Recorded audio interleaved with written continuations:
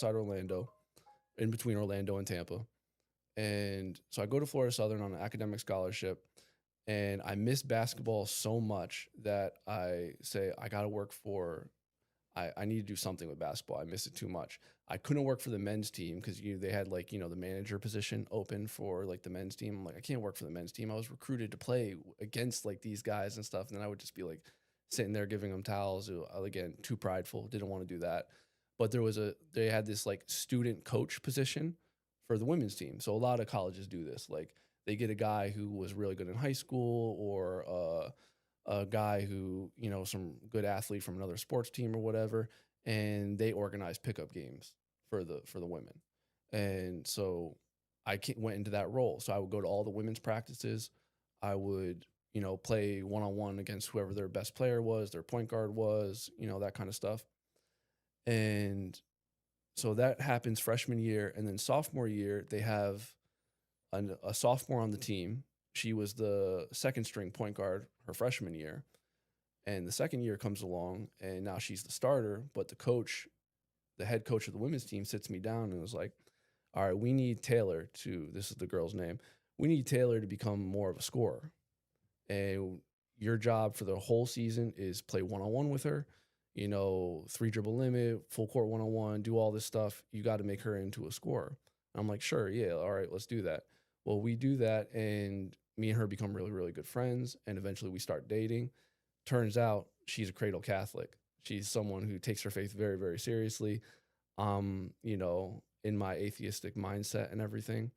So we like fall in love somewhat quickly upon dating, and it's like a good honeymoon phase. But then our differences in morals and values come about, and we start arguing constantly. I mean, like fighting like cats and dogs. But we don't break up or anything. We stay together. We end up staying together all the way through grad school. Like I ended up leaving the student coach position from the women's team and ended up playing for the men's team. We both end up going to grad school, and through the whole time we stick together, but we're fighting like all the time. But neither of us are like getting out. So I'm like, all right, one of us has got to cave. Either you're gonna leave your faith, or I'm gonna become a Christian.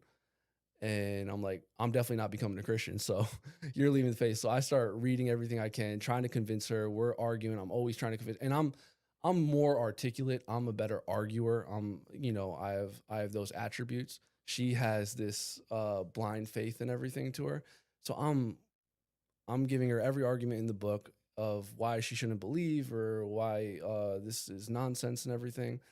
And eventually she's like, all right, you've read all of your like people, the new atheists from like Sam Harris and Dennett and Dawkins and Hitchens and all these old guys, Nietzsche and Freud and all this stuff.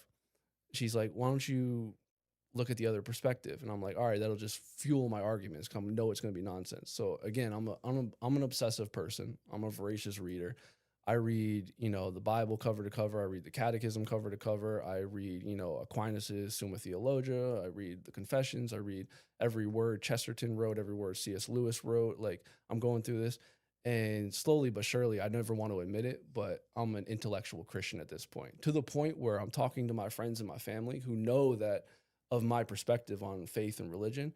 And they're like putting out straw man arguments and saying like, oh yeah, aren't they so silly for believing this? And I would start arguing with them, and they're like, wait.